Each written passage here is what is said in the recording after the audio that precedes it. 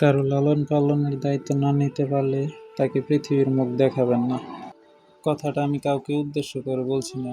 আমার সাথে ঘটে যাওয়া এমন একটি ঘটনা যা আপনারা শুনলে অবাক হবেন। আমাদের উঠানের এক কোণে একজোড়া শালিক পাখি বাসা বেঁধেছিল। বাসাটা অবশ্য তাদের ছিল না, বাসাটা ছিল একটা কাঠঠোকরা পাখি। জায়গাটা উঠানের এক কোণায় হওয়ায় আমাদের চলাফেরা সবসময় এখানে থাকতো, তাই তারা বেশি দিন আর টিকতে পারেনি। এরপর বাসাটি শালিক পাখির দখলে চলে যায়। শেষ পর্যন্ত শালিক পাখিও এখানে টিকতে পারেনি। তাদের বাসায় 3টি ডিম রেখে তারা এখান থেকে চলে যায়।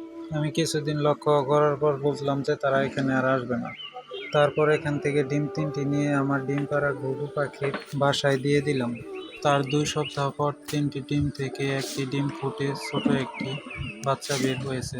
বাচ্চাটি দেখে আমার খুব আনন্দ লাগলো। পরক্ষণে আবার সব আনন্দ মাটি হয়ে গেল, কারণ আমার জানা ছিল না যে ঘুঘু পাখি কখনো শালিক পাখির বাচ্চাকে খাবার খাওয়াবে না। তখন আমার খুব আফসোস হতে লাগলো। যেমন ডিম পড়েছিল ওইভাবে ডিমগুলো ফেলে রাখলে মনে হয় ভালো হতো, তাহলে আমাকে আর এই বিড়ম্বনার মধ্যে পড়তে হতো না। কিন্তু আগে তো এটা চিন্তা করিনি। এখন যাই হোক, তাকে যেহেতু পৃথিবীর আলো দেখিয়েছি, সেহেতু তাকে মরে যেতে দেওয়া ঠিক হবে না।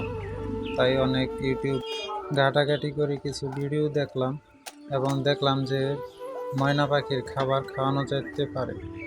তাই আমি আমার সেই ছোট্ট শালিক পাখিটির জন্য ময়না পাখির খাবার কিনে আনলাম এবং প্রথম দিকে অল্প অল্প করে খাওয়ানো শুরু করলাম। আর যাই হোক, তাকে এভাবে মরে যেতে দিতে পারি না। আমি তাকে বাঁচানোর জন্য আমার সর্বোচ্চ চেষ্টা করব। বাকিটা আল্লাহর হাতে। আপনাদের যদি ভিডিওটি ভালো লেগে থাকে তাহলে আমি নিয়মিত এর ভিডিও আপনাদেরকে দিব এবং এর আপডেট জানাবো। আপনাদেরকে আমি বলবো না যে লাইক কমেন্ট শেয়ার করে আমার পাশে থাকতে। আপনাদের যদি ভিডিওটি ভালো লেগে থাকে তাহলে লাইক কমেন্ট শেয়ার করে আমার সাথেই থাকবেন এবং চ্যানেলটি সাবস্ক্রাইব করে রাখবেন, যাতে আমার নিত্য নতুন আপডেট আপনারা পেতে পারেন। সবাই ভালো থাকবেন, সুস্থ থাকবেন এবং আমার ভিডিওগুলো দেখতে থাকবেন। লাইক কমেন্ট শেয়ার করবেন। ধন্যবাদ সবাইকে।